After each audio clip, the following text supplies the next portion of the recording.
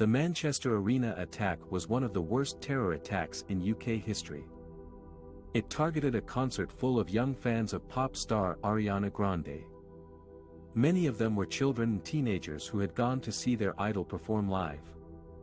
But their night of joy turned into a nightmare when a suicide bomber detonated a device at the end of the show, causing death and destruction.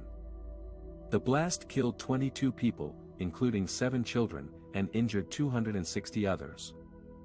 Some of them suffered life-changing physical injuries, such as shrapnel wounds, broken bones, and hearing loss. But many more were left with invisible scars. Psychological trauma that would haunt them for years to come.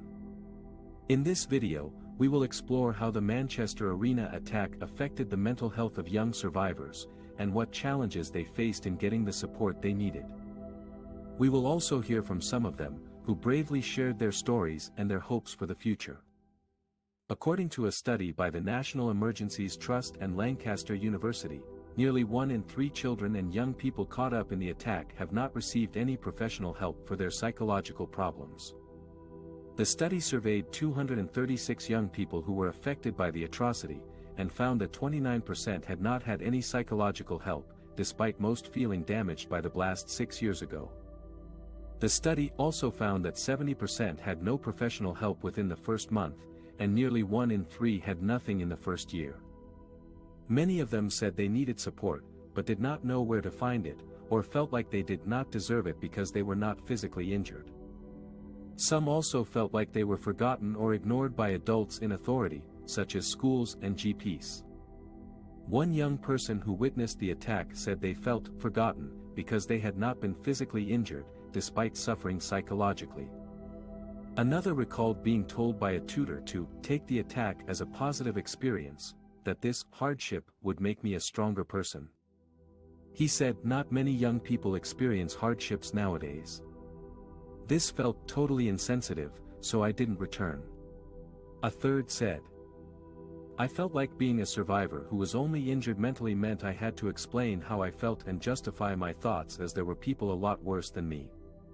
Some young survivors also reported being re-traumatized by poor support from schools and GPs.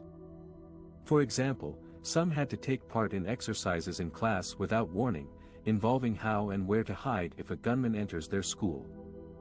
Others struggled to access psychological support, despite problems with sleeping and acute anxiety. The study called for public bodies to ensure early support is visible and the onus is not on victims to find it, and that specialized trauma help is available wherever they are based. It also urged professionals to understand that recovery can take time. 1 in 4 of the young people surveyed are still receiving psychological support, and that victims should be able to choose the right help for themselves. Some of the young survivors have also found other ways to cope with their trauma, such as singing, writing, or speaking out. For example, Alicia Rutherford was 12 years old when she was at the arena with her mother. She suffered from post-traumatic stress disorder, PTSD, panic attacks, and survivor's guilt after the attack. She decided to use her voice to raise awareness of mental health issues among young people who have experienced trauma. She said, "No one should be silenced by trauma. I want other young people who have been through something similar to know that they are not alone, and that there is hope." She also joined a group called Be the Difference, which is led by Dr. Kath Hill, a social worker and lecturer at Lancaster University who was also at the arena with her son. The group aims to improve the support for young survivors of terror attacks by involving them in research and advocacy.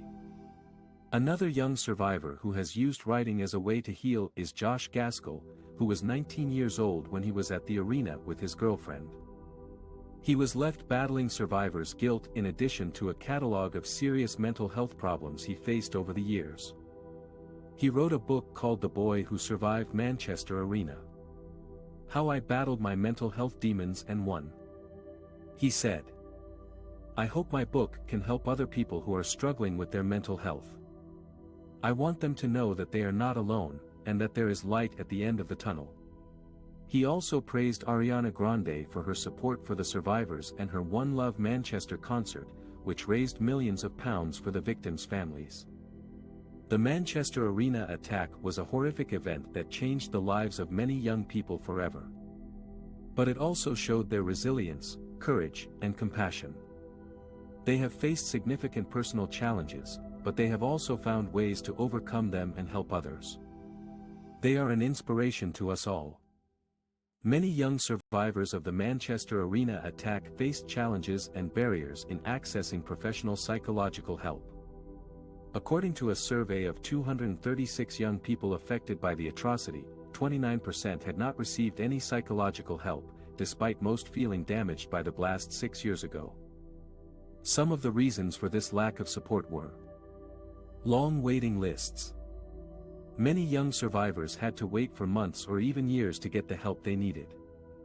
Some were told they were not eligible for NHS services or that they had to go through their GP first. This delayed their recovery and increased their distress. Lack of specialized trauma services. Some young survivors did not get the appropriate type of help for their trauma. They were offered generic counseling or therapy that did not address their specific needs or symptoms.